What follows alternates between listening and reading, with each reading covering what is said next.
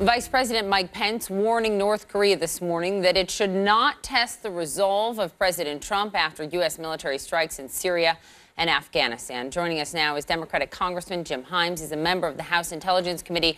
Nice to have you here, Congressman. The words from the Vice President good morning this morning are, you would do well not to, quote, test the resolve and strength of the armed forces of the United States in this region. I mean, you tweeted over the weekend calling the president a malevolent buffoon after the MOAB bomb was dropped in Afghanistan. How would you assess this administration's stance thus far on the global stage?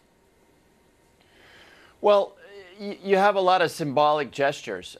Look, the MOAB was a very big bomb. It's not like we haven't been dropping bombs on Afghanistan and on Iraq and on Syria for a very, very long time. And of course, all the saber rattling with North Korea, you know, it's not like the previous three presidents, Obama and Clinton and George W. Bush, and even before him, George H.W. Bush. It wasn't like those guys were stupid. It wasn't like the military was not powerful under their leadership. The fact of the matter is, whatever the vice president says, the city of Seoul, with 10 million South Koreans, is within easy artillery range of North Korea. So Vice President Pence can say what he wants, but it doesn't change the underlying formula or the strategic chessboard here. It does seem as though this administration may be having a bit more success, or perhaps a lot more success, getting China on board to really play ball this time around than his predecessors, both Republican and Democrat. Would you not admit that?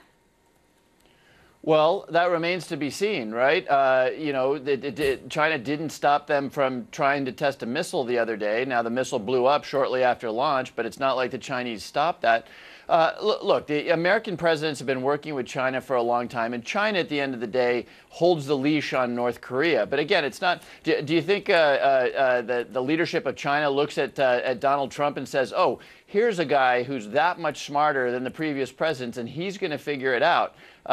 Again, the strategic chessboard in North Korea is still pretty ugly, right? If the North Koreans decided to, they could obliterate the city of Seoul, and that's that doesn't change just because Donald Trump is using different words than his predecessors used. Yeah, and you've got tens of thousands of American troops stationed over there in South Korea and you've got some and in 30,000 plus troops. Exactly. Congressman, so the New York Times reporting that the Obama administration accelerated this secret program to sabotage these missile launches, including electronic warfare or hacking. Is there anything that you can tell us about that? And do you believe that that program and its ramping up is responsible at all for this failed launch over the weekend?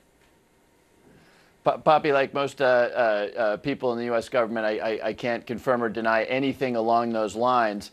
But I can more generally say that, again, it's not like Mike Pence and Donald Trump have just noticed North Korea and that all of a sudden the United States military is acting with great resolve. Look, this idea that in the last 8 years there wasn't resolve, tell that to Osama bin Laden or to the some 8 or 9 countries in which Obama undertook military action. Again, what you're seeing here is, I think, a political statement, which is we're going to be different and more bellicose than the previous administration, and that may have some tactical capability. It may certainly cause Assad to think twice. He now knows that he's going to lose a whole lot of airplanes if he undertakes a chemical attack. But again, in the long run here, the strategic chessboard has not changed. So, Congressman, let me get your take on what your committee, you sit on the Permanent Select House Intel Committee. Obviously, you guys are focused on a lot, but the one thing that's getting the most attention, of course, is the investigation into Russia's interference in the election and any alleged ties between the Trump campaign and Russia. I know you have this complete witness list. You guys have decided who you will call. When will the public start getting answers on that? And also, what can you tell us about your fellow Democrat, Congressman Mike Quigley of Illinois, his trip to Cyprus to conduct interviews and collect documents? Yeah, well, I think we're all happy on the committee that things seem to be back on track. You know, the appointment of Mike Conaway to step in while Chairman Nunes has recused himself, I think is going to take some of the scrutiny off of the committee caused by Chairman Nunes and all his interactions with the White House and all that stuff. So I think we're back on track. Yes, we do have a witness list. Both parties have put together a witness list. And Cyprus? What's Cyprus about?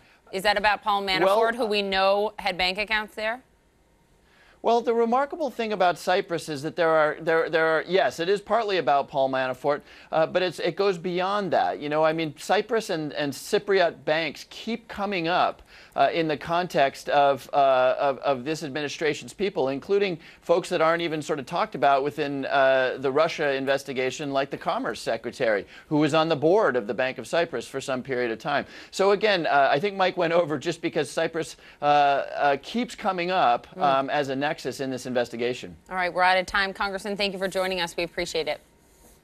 Thanks, Poppy. And thanks to all our international viewers for joining us. For you, CNN Newsroom is next. For our viewers here in the United States, New Day continues right now. This is CNN Breaking News. Good morning. Welcome to your new day. Allison is off. Poppy Harlow joining me. Thank you, as always. My pleasure. And we do have breaking news. Vice President Mike Pence warning North Korea not to test the U.S.